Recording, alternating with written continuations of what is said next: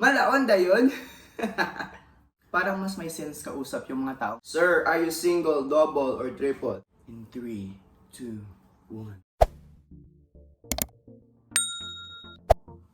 Kumusta everyone? It's Lorenzo and welcome back to my channel. Before we proceed to this video, I would like to thank everyone for all of your support, for all of your comments, for all of your suggestions. In just 24 hours, we were able to have 100 new subscribers! So thank you so much guys! And speaking of that, if you're new to my channel, please don't forget to click the subscribe button and click the notification bell so that you'll be updated every time I upload a new video. So without much further ado, let's get right into the video.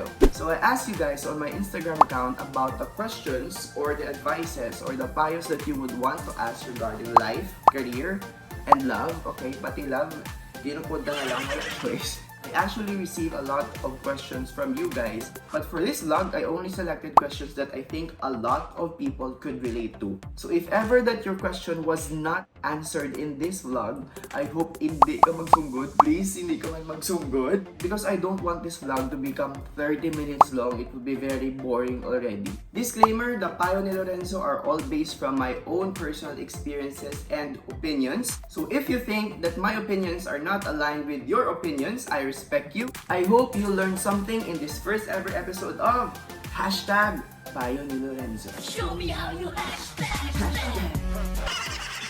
First question, what is your own definition of success?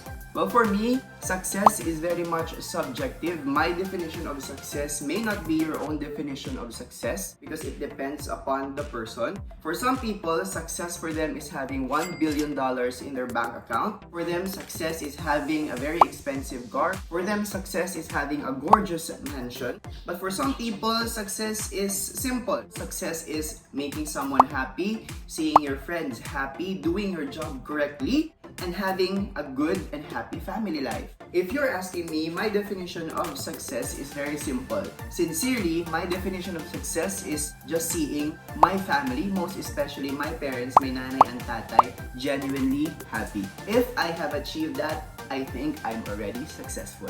Next, how to stay positive despite some more rejections mo in life. Let me start off by saying that life is and will never be a bed of roses. There will always be challenges in life. There will always be misery in life. There will always be pain in life. Just like what I always say to my students, we should be able to look at these problems, at these challenges as opportunities for growth. For me, it's a matter of mind setting. You have to set your mind and make yourself believe that after this problem, I will become a better person. I will become a wiser person. Remember that every problem is a disguised opportunity. If you've experienced a failure or currently experiencing pain in your life, you really have to make sure to give yourself some time to heal. You have to make sure that you endure the pain. Because for me, enduring the pain is part of moving on. If you haven't endured the pain, it's very hard to move on because there will always be pieces of that particular pain, of that particular suffering that is left in the past. It's okay to be sad at first, but please don't be stuck in that sadness forever because you have to move on and life must go on. Don't do it for others, do it for yourself. And I really think that every time we encounter problems, sufferings, or pains in our life, I really think that this is God's way of telling you, hey, you are my child, you are my soldier, and I will not send my soldier in a battle if he won't come out victoriously. Next, what did you have for lunch today? Wow! My concerned citizen. Sana all. I only had omelette for lunch today, but I'm not really satisfied with the omelette, so I have Cheetos here. Hashtag not sponsored. So please, forgive me every once in a while during this vlog. I will be eating these Cheetos. Pasensya. Next! Sir, are you single, double, or triple? Wow! Grabe. Curious na curious sa love life ko. Woo! How will I answer this? Actually, as of the moment, I'm single. But take note, I'm single, happy, and satisfied. Next! Best, bakit hindi ako crush ni Vico Soto? Wisit. So bakit hindi ka crush ni Vico Soto? I think number 1 kasi ngayon sobrang busy siya. Number 2, kasi hindi ka din niya crush. And number 3, because I think there's a better person destined for you. Next! Nung ano mas prefer mo, ang babae nga older sa imo or younger sa imo, and why? Wow! Well, for me, love has no gender, love has no race, love has no color, and definitely love has no age. But personally, if you're asking me, I prefer people who are older than me. Speaking from experience, parang mas may sense kausap yung mga taong mas older sa'yo. Parang mas may laman yung conversation, parang may kumukuha talagang something out of the discussion. If you are just the same age or younger than you, most of the time, not all the time, the conversations you'll be having will be about social media or the post of this person, or do you look good in this photo before you post this photo on social media, things like that. And I'm not really a fan of those types of conversation. Please don't get me wrong. I'm not saying that loving someone who is younger than you is wrong. It's definitely not wrong. You just have to make sure that you are at the right age, at the right time, and please know your limitations. Next, kapati ka nga sa mag-best friend nga girl boy, may isa nga ka-fall. Oh. Yes, I really firmly believe in that. And you know what, to be honest, this actually happened to me before. Pinagtagpo pero di tinadhana. But if you're going to ask me personally, I will not sacrifice the years of friendship over romantic relationship, most especially if the feeling is not mutual. I think there will always be changes. May magbabago talaga sa relationship niyo. But you know what? It takes a lot of maturity to really acknowledge the fact that your best friend has a romantic love for you and nothing will change. And para sa akin, mas maging thankful ka pa dapat. At least may nag-a-admire sa'yo. But for some people, it really works. So, sana all. Next, tips for fresh graduates. I actually am planning to do a separate video for this. If you're going to ask me, one of my greatest tips for fresh graduates is to never ever lose patience. You know what, when I graduated way back 2016, I applied for several hospitality companies, airline companies, hotel companies, travel agencies, and I never got a call back.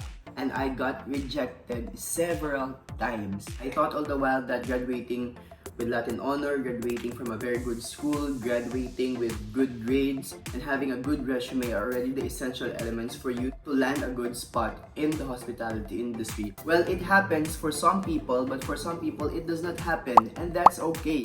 You just have to keep on trying and trying again. Next, T. Lawrence 13, no questions yet, just wanted to wish you a great day. Sana every day may nag-greet, have a great day. Thank you! Next, advice for someone who is mentally tired and feels worthless. For some people, anxiety and depression are not real. Well, let me tell you this, it's real, it's genuinely real, and it's happening, people. There are just days that you and me feel worthless, you and me feel that we don't want to be part of this world anymore. And just like what I said kagina, it's okay to feel empty at times, it's okay to feel vulnerable at times, it's okay to be in pain at times because pain demands to be felt, right? We all have our demons that we're battling in our heads every single day. You know, life is different when you're with friends outside, but life will be again totally different when you're alone in your room. You start to think of things already, you start to overthink.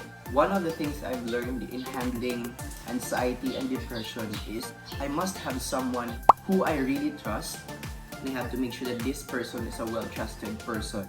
You know, people who are experiencing anxiety and depression, they just need someone to listen to them.